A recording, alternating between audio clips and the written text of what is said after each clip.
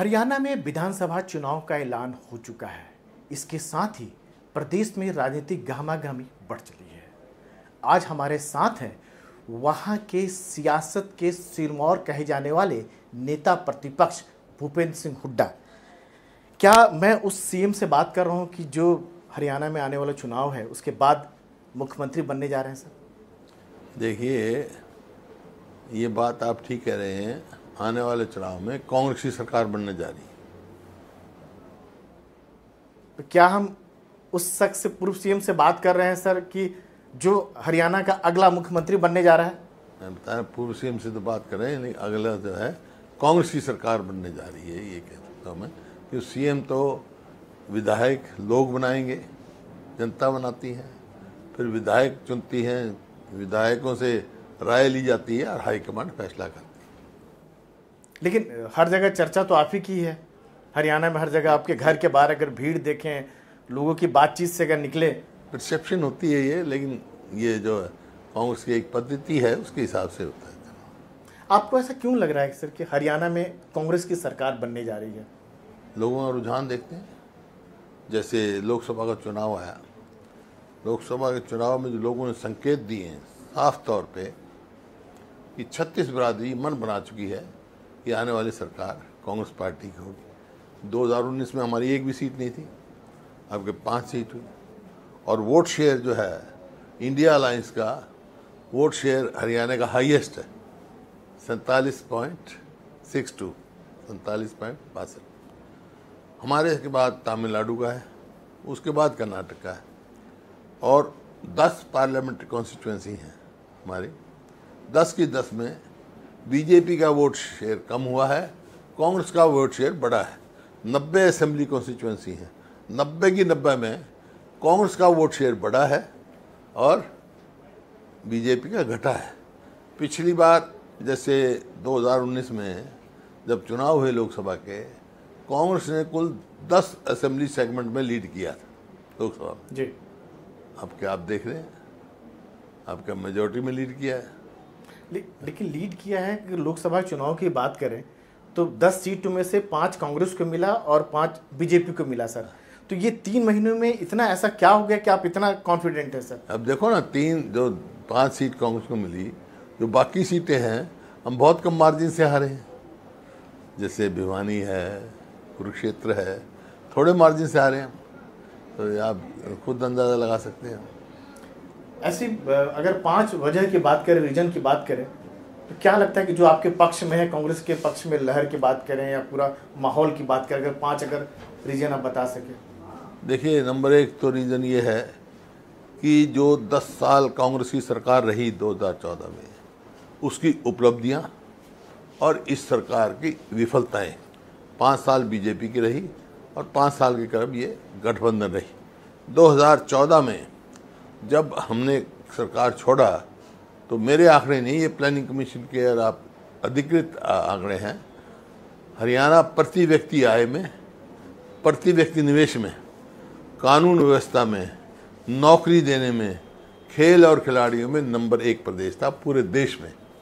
अब 9 साल के बाद कहाँ पहुँच गए हम? 10 साल के बाद इनकी सरकार के। आज हरियाणा किस चीज़ में नंबर 1 है? बेरोजगारी में, महंगाई में और कानून व्यवस्था की तो आप देख रहे हैं, धज्जियाँ उड़ी हुई हैं। ये जो सोशल प्रोग्रेसिव इंडेक्स है गवर्नमेंट ऑफ इंडिया का, उसने हरियाणा को असुरक्षित बताया है। कोई अपने आप में सुरक्षित महसूस नहीं कर रहा। खेल खिलाड़ियों की देख लो आप, जो हमारी पहलवान बेटियां पूरी दुनिया में जिन्होंने नाम कमाया, इस प्रकार से जनता मंत्र में उनको धरने पे बैठना पड़ा, उनको अब तक न्याय नहीं मिला। तो इस वास्ते लोगों ने देख लिया, तोल के देख लिया, 10 साल कांग्रेस के और 10 साल इनके। तो इस वास्ते 36, और यही कारण है।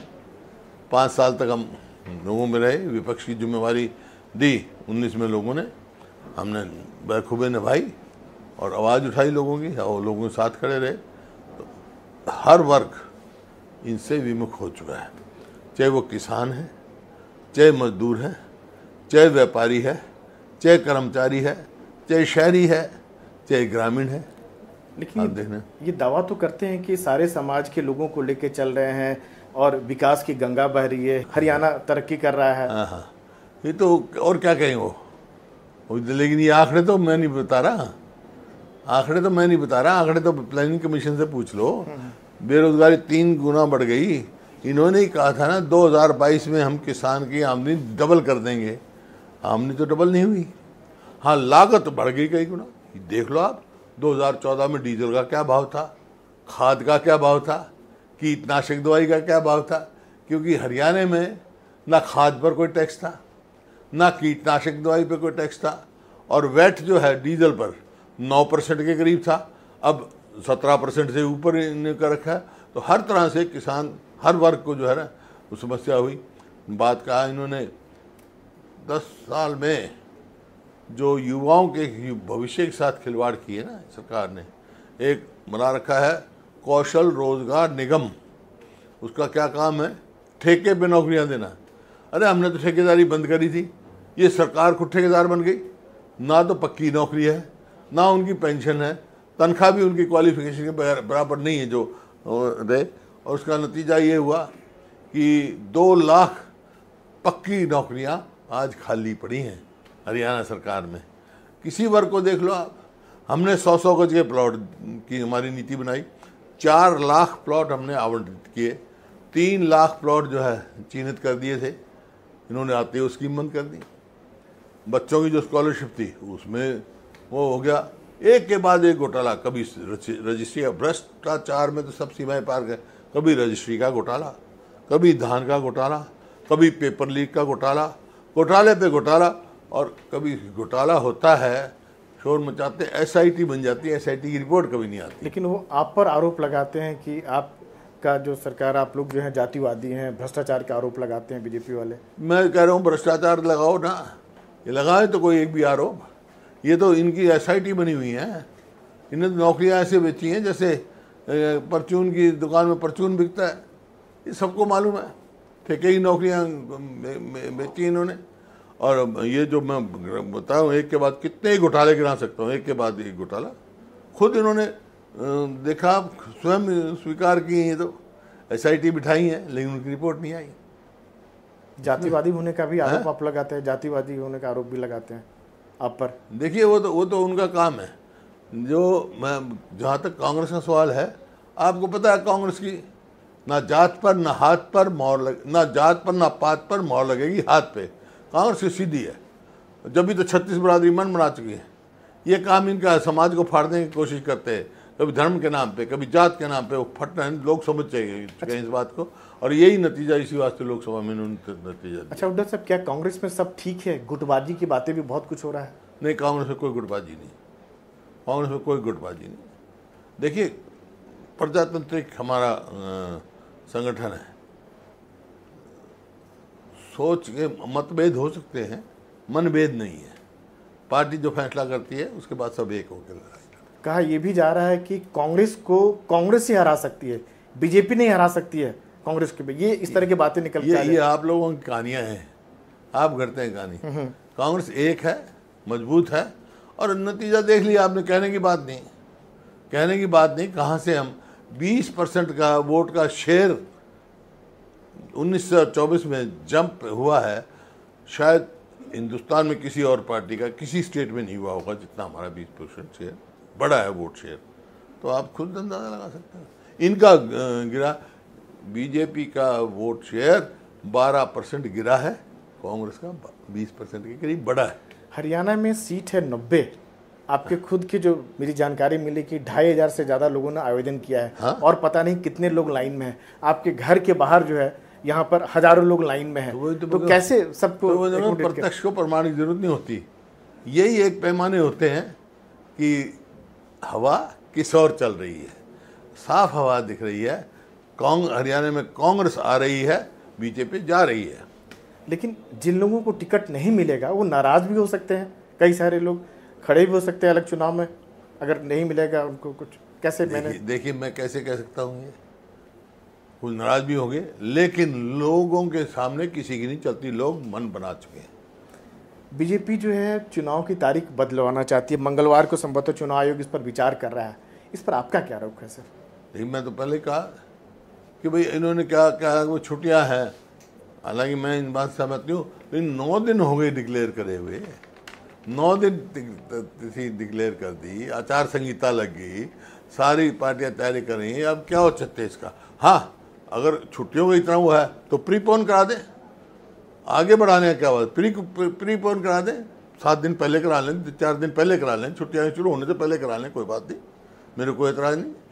अगर ये कहते हैं हमारे को कि भाई तारीख जो है पोस्टपोन की बजाय प्रीपोन करने के लिए लिख दो, हम लिख देते हैं, 4 दिन पहले कर लेंगे, क्या एतराज़ है। लेकिन ये कोई वो चाहते नहीं है। हरियाणा के लोग, हरियाणा का जो वोटर है बहुत समझदार है, वो छुट्टी पड़ेंगी भी उनकी, लेकिन वो अपने वोट व्यर्थ नहीं करेंगे, वो तो बीजेपी की छुट्टी करेंगे। अब बीजेपी की बात कर रहे हैं, कई सारे लोग जो आपके पार्टी से निकल के गए हैं, जो उनके परिवार के लोग थे, संभवतः उनको टिकट मिल रहा है, किसी के बेटा को मिल रहा है, किसी के बेटे को मिल रहा है, तो मतलब वो चाह रहे हैं कि बस कोई भी चुनाव जीतने वाला होना चाहिए। जो परिवारवाद आप पर आरोप लगता था कांग्रेस पर, वो अब उधर वो चीज़ें देखने को मिलेगी। नहीं, परिवारवाद की क्या बात है। मान लो आप मेरी बात कहो, ये बीजेपी वाले कहते हैं मेरा दादा स्वतंत्रता सेनानी था, मेरा बाप स्वतंत्रता सेनानी था, मेरे दादा ने सेवा करी लोगों की, मेरे बाप ने करी, मैंने करी, दीपेंद्र करा, ये मेरे को गर्व है अपने परिवार पर। भाई कोई हमारे पास 4 पीढ़ी हो गई सेवा करने लोगों की, कोई इल्ज़ाम नहीं है। अगर होता कोई ऐसा होता तो हमारे को कभी से लोग बाहर फेंक देते। प्रजातंत्र है ये, जो जिनको स्वीकार्य है लोगों को वो सेवा करेंगे, उनकी आगे जाएंगे। नहीं, मेरा सवाल ये था कि अब बीजेपी में भी कई सारे लोग आपकी पार्टी से जाके वहाँ शामिल हो गए हैं या बीजेपी में हैं, जिनको टिकट देने की बात हो रही है। अब किसी का बेटा है, किसी का अब देखते हैं अब क्या कैसे बंटवारा करते हैं, होगा तो पता लग जाएगा इनका। नहीं, अच्छा, इस बार अगर सरकार बनती है तो क्या पहले से अलग करेंगे, क्या करना चाहेंगे आप हरियाणा में? नहीं, वैसे तो हमारा घोषणा पत्र तैयार हो रहा है। सबसे पहला काम हम तो करेंगे, जो कानून व्यवस्था खत्म होगी और बेरोजगारी जो बढ़ गई उसका, जो खाली पद पड़े हैं, 1 लाख नौकरी, सरकारी पक्की नौकरी हम 1 साल के अंदर अंदर देंगे।